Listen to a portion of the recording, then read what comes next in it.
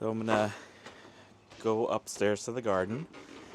There is something I wanted to show all of you. So it's nearly the end of October, probably.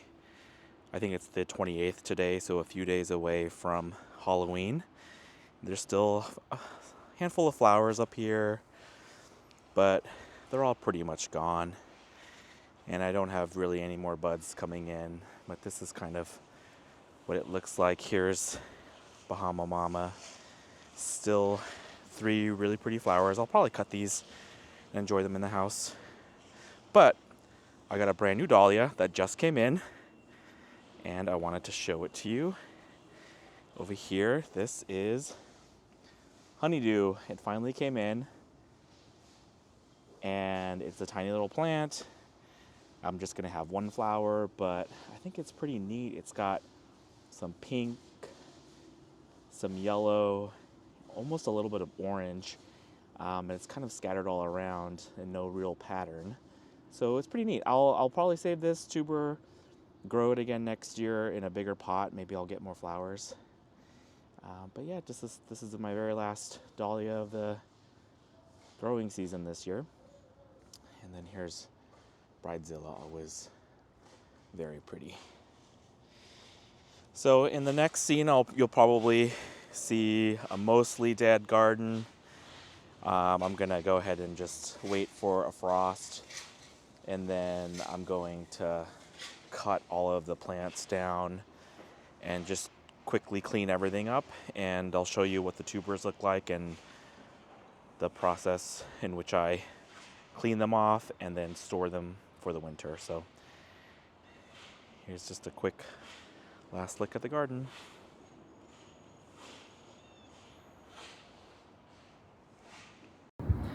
Okay, so before we do that though, I thought I would just go ahead and cut the flowers because you can see the sky looks not great, and we're supposed to be getting some pretty cold rain tonight. So I think it would be better to have these flowers in the house now than wait. But I wanted to show you this vase I got from a thrift store. It was only about a couple of dollars, and it's made in India, and it's brass with this really interesting inlay, dragonflies and flowers. The opening is kind of small. I don't think all the flowers will fit, but I just thought it was a neat little vase. Maybe I'll put some flowers in there just to see what it looks like. Right, so here are all of the flowers that I went ahead and cut. I had some zinnias, so got those, and some gombrina, and I decided to go ahead and cut honeydew. This hula is really interesting. It's white and red. I guess it's just run out of color. Some Bahama Mama and Bridezilla. But I'll go ahead and put this into a vase. And then as I was cutting flowers, I noticed that I have one beautiful that's trying to come in. So hopefully, maybe it'll come in the next couple of days. I don't know. All right, so here is what it looks like in a vase.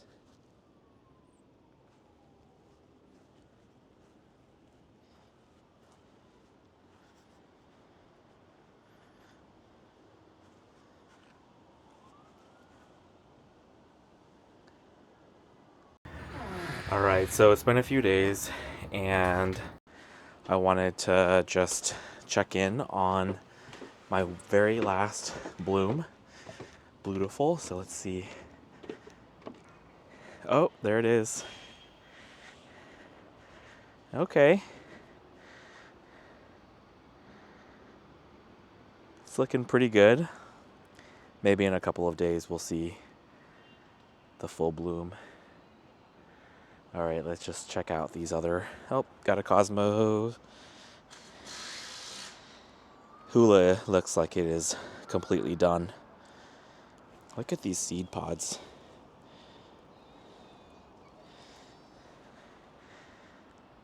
There's an overgrown weed. Yep, looking like it's the beginning of November, so sad.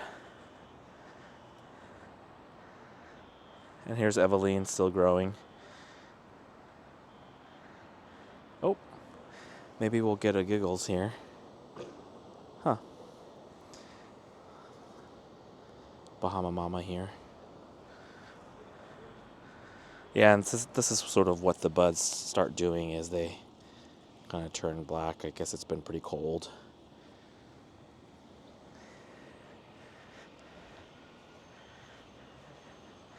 It's pretty. And these zinnias are all gone. Got this last one here.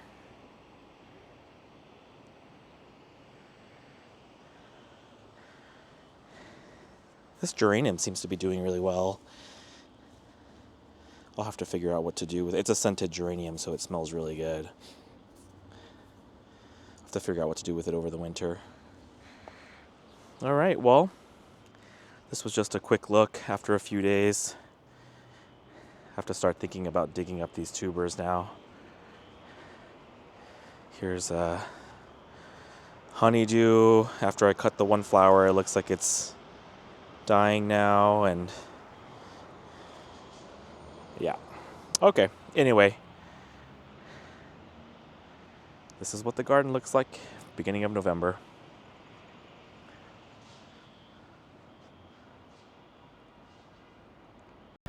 All right, it's been about a week and a half, and we've had some temperatures below 30 degrees, so I think it's time to clean all of this up. So today I'm going to just go ahead and cut all of this back, do a little bit of mulching here in the two maples and the wisteria, just to try to keep them as warm as possible over the winter. And then I'll dig up some tubers and sort of clean them off and let them dry overnight. And I'll be up here tomorrow just to store the tubers. I'll show you how I do that. I might split some depending on how big the tubers are, but I just won't know until I dig them up. So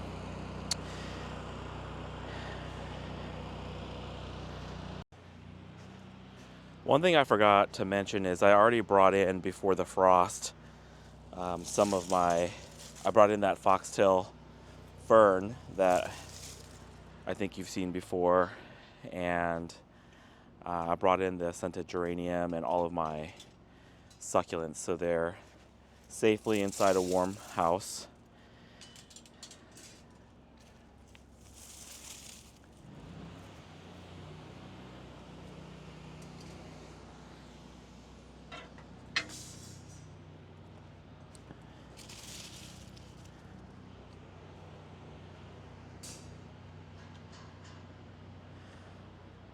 Yeah, I don't think I'm going to do this next year.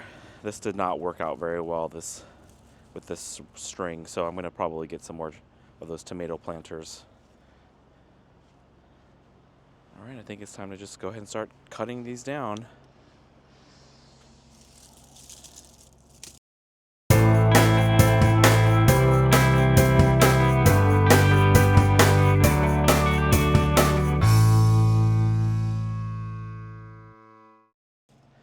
Down at the base, the stalk is pretty thick, so I'm going to probably need some more heavy-duty shears.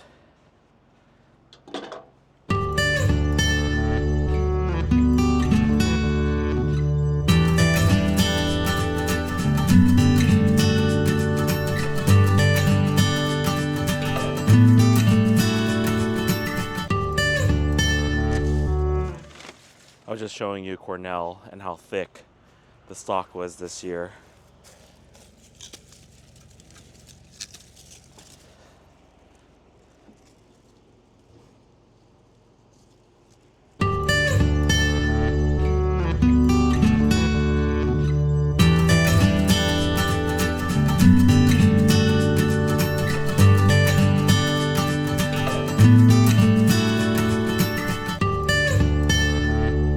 So this Russian sage here seems to be doing just fine, so I'm going to just leave it up here and just see what happens to it.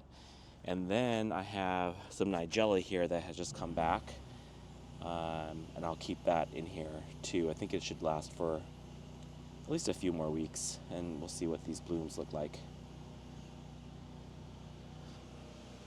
So I'm gonna go ahead and just clean up the rest of this, and then I'll show you what the tubers look like.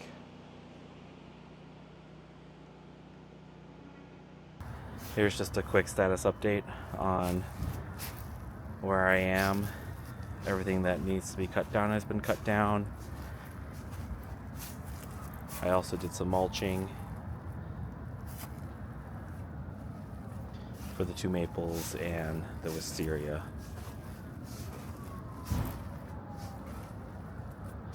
Here's some growth here. It's part of the tree, so I'll just let it grow and see what happens. And then over here, I have this random cactus that's growing. I'll have to dig that up and put it in a different pot soon. I just didn't have the heart to cut this one back just yet, but I will. The grass here is just a real nightmare to pull up, or to cut back. So I think I'm gonna do something else in these pots next year. If you want to feel bad about yourself, here are some weeds that are growing in artificial turf. So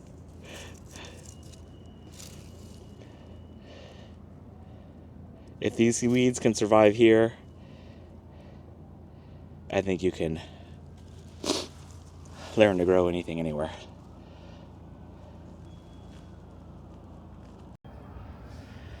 Okay, so I started digging some of these up.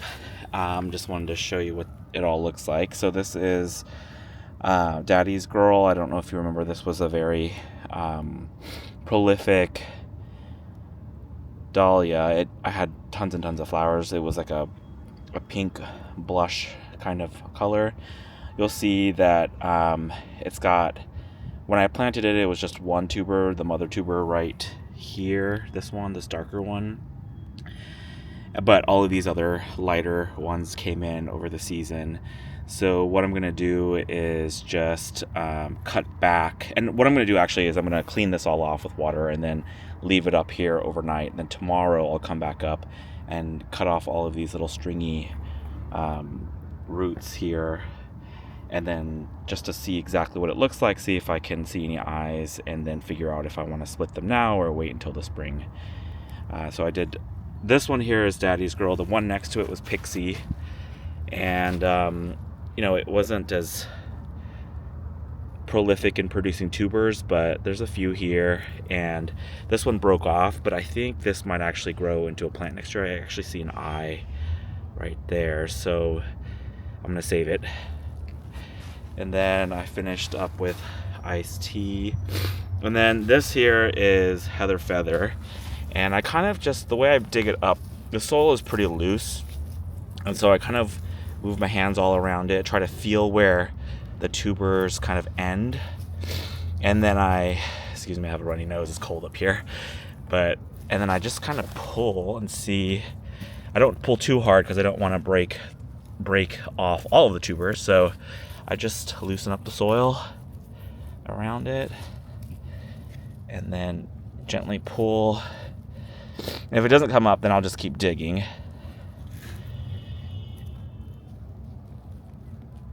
This one's a little tougher.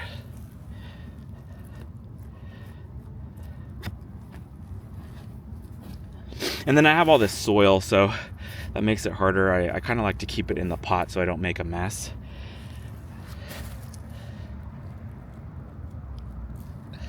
Just loosen up around the edges. And then I pull it up. Here it is.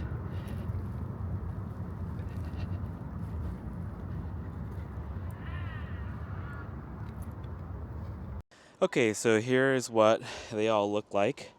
I just went ahead and washed all of them off and then kept them by the spot where they grew so I can remember exactly which tuber was which plant.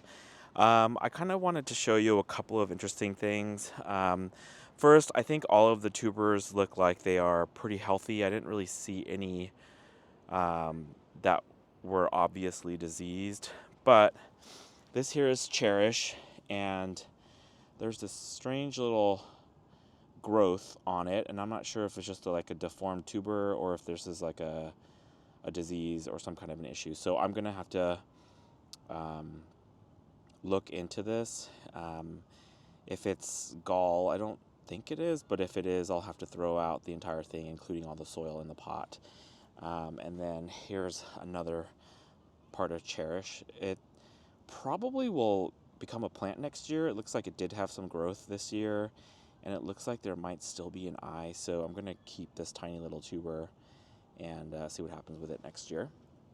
Then I wanted to show you my largest clump of tubers, which is over here, Bahama Mama. This one is always a giant clump, and I always have difficulty with splitting them, and then I get frustrated and I just leave it as a whole plant. So, but I'll definitely have to cut this one down and figure out how to do it. And then my smallest tuber, which is Eveline over here. Look how tiny this is. I can't believe a whole plant grew from that. So I'm gonna keep it and save it for and overwinter it and see what happens with it next year. So those are my two, the biggest and the smallest. And then for the most part, all of the tubers, it wasn't too difficult to get out of the soil this year. I've had problems in the past, but it was fairly straightforward. It did take me quite a while. I have almost 20 of them. So, but what I'm going to do now is leave these up here overnight to sort of dry out, and then I'm going to come up here tomorrow and start splitting them and storing them into my bags of vermiculite. So, and then here's this cactus I pulled up from that pot, and we'll see. I don't know. It seems like it might be too big for this pot, so I'll have to repot it at some point. But for now, I think this will do.